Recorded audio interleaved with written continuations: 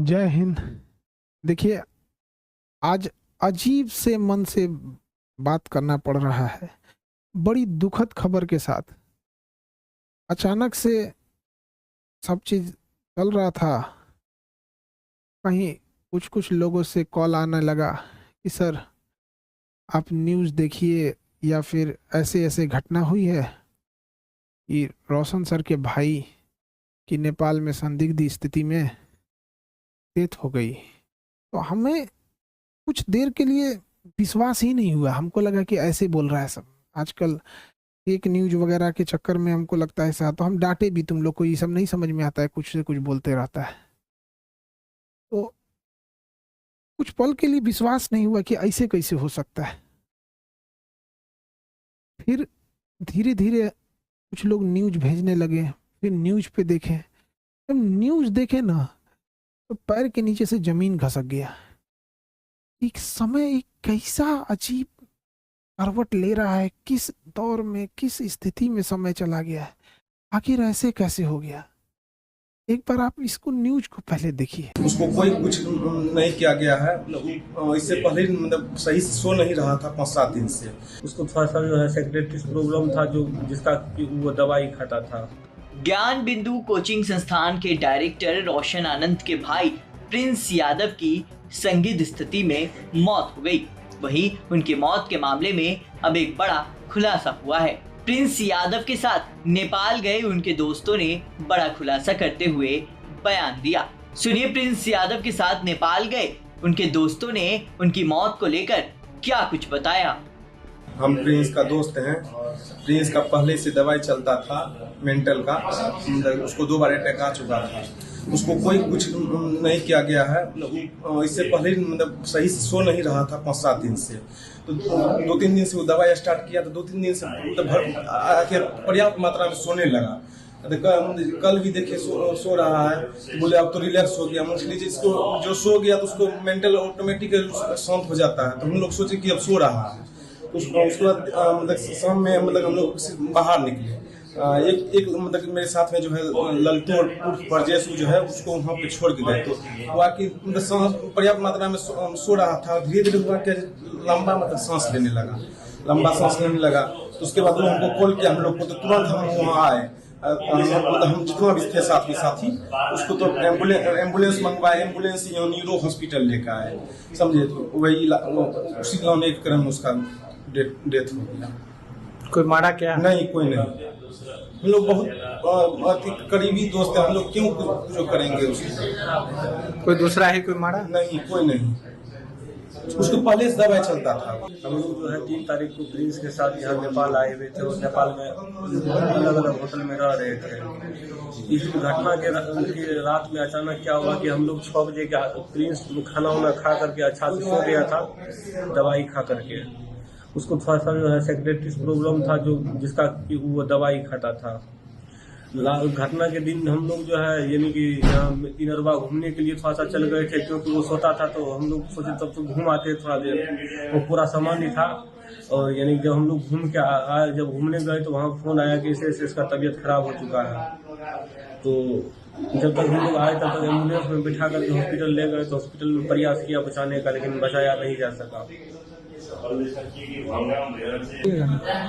उसको हम लोगों में से किसी के द्वारा मारपीट नहीं किया गया है, न ही किसी अन्य व्यक्ति के द्वारा मारपीट किया गया है।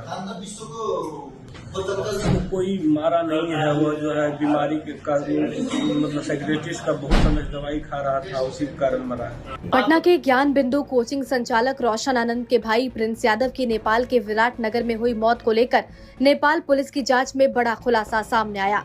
शुरुआती जांच में ये बात सामने आई कि प्रिंस यादव मिर्गी की दवा का सेवन करते थे और उनके कमरे से ऐसी दवाएं भी बरामद हुई।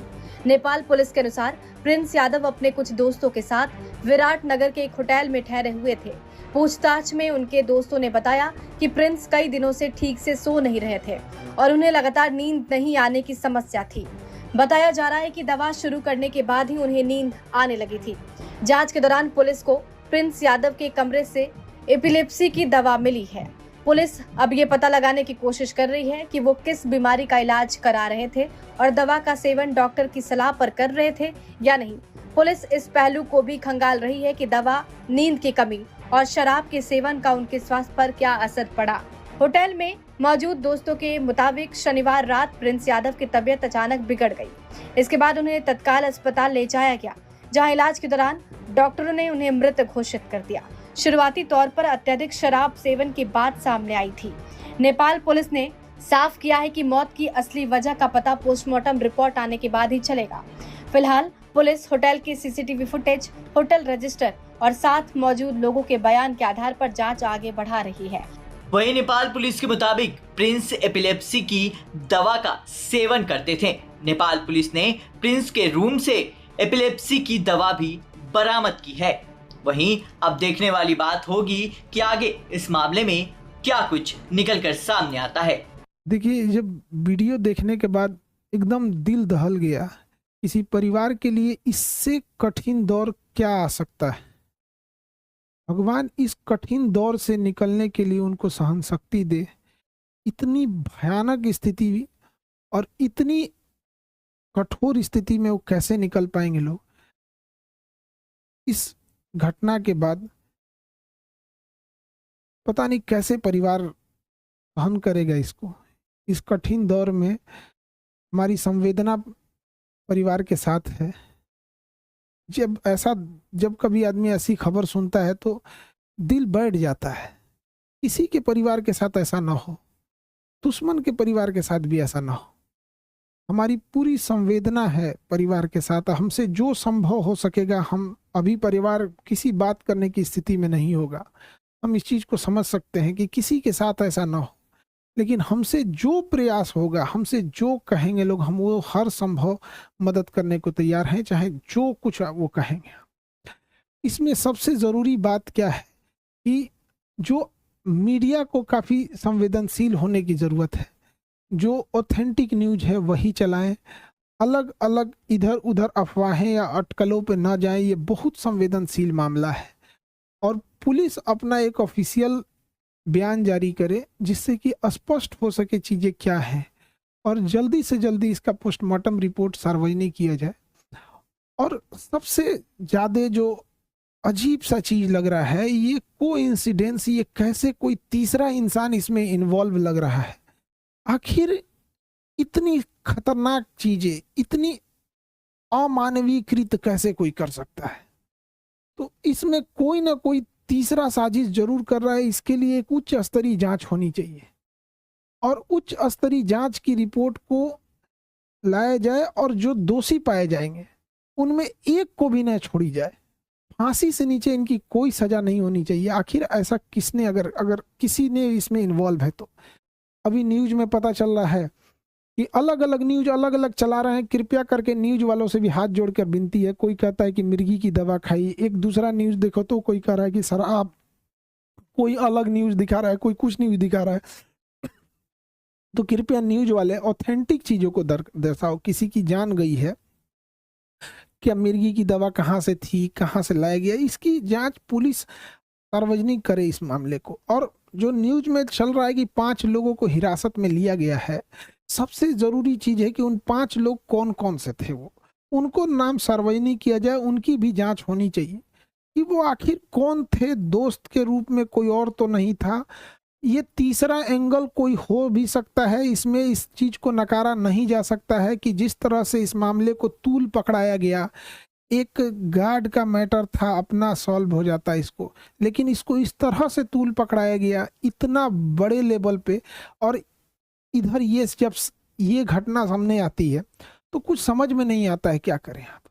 इतने कठिन परिस्थिति में पूरे लोगों को से भी विनती करते हैं कि परिवार का सहानुभूति रखें और इस बात पर जोर दें कि तीसरा एंगल पर जांच हो और जो लोग संदिग्ध, नेपाल ने किन 5 लोगों की गिरफ्तारी की है उनकी भी जांच होनी चाहिए और एक उच्च स्तरीय जांच बैठाकर जो भी दोषी पाए जाएंगे उनको फांसी से नीचे सजा नहीं होनी चाहिए। देखिए, जो इंसान अब पुण्य आत्मा अब दुनिया से चली गई, भगवान उनको शांति दे, लेकिन यदि इसमें जो इन्वॉल्व है उसको पुलिस पकड़ लेती है या उच्च स्तरीय जांच में आती है तो कहीं ना कहीं ये उचित रहेगा। इस कठिन परिस्थिति से अजीब सा समय ले आ देता है। कभी कभी समय इंसान को ऐसे जगह लाके खड़ा करता है ना, जहाँ इंसान को कुछ समझ में नहीं आता है क्या हो रहा है, ये समय का चक्र किधर चल रहा है, कौन सी साजिश चल रही है, कौन कौन इसमें इन्वॉल्व हो रहा है, कौन तीसरा इंसान तो नहीं इन्वॉल्व हो रहा है, आखिर वो 5 लोग कौन थे और उसके साथ क्या कर रहे थे। उस पुण्य आत्मा के लिए श्रद्धांजलि देते हैं। और इस कठिन परिस्थिति में मेरी संवेदना परिवार के साथ है। हमसे जो मदद हो सकेगा, हमसे जितना संभव हो सकेगा, हम उतना सहयोग करने को तैयार हैं। लेकिन सबसे ज़रूरी चीज़ है कि पुलिस को इसमें आके एक ऑफिशियल प्रेस विज्ञप्ति जारी करनी चाहिए और जल्दी से जल्दी जो रिपोर्ट है उसे सार्वजनिक करनी चाहिए, ताकि चीज़ें सही दिशा में जाए। मेरी संवेदना परिवार के साथ है। अब ऐसी परिस्थिति में इंसान को कुछ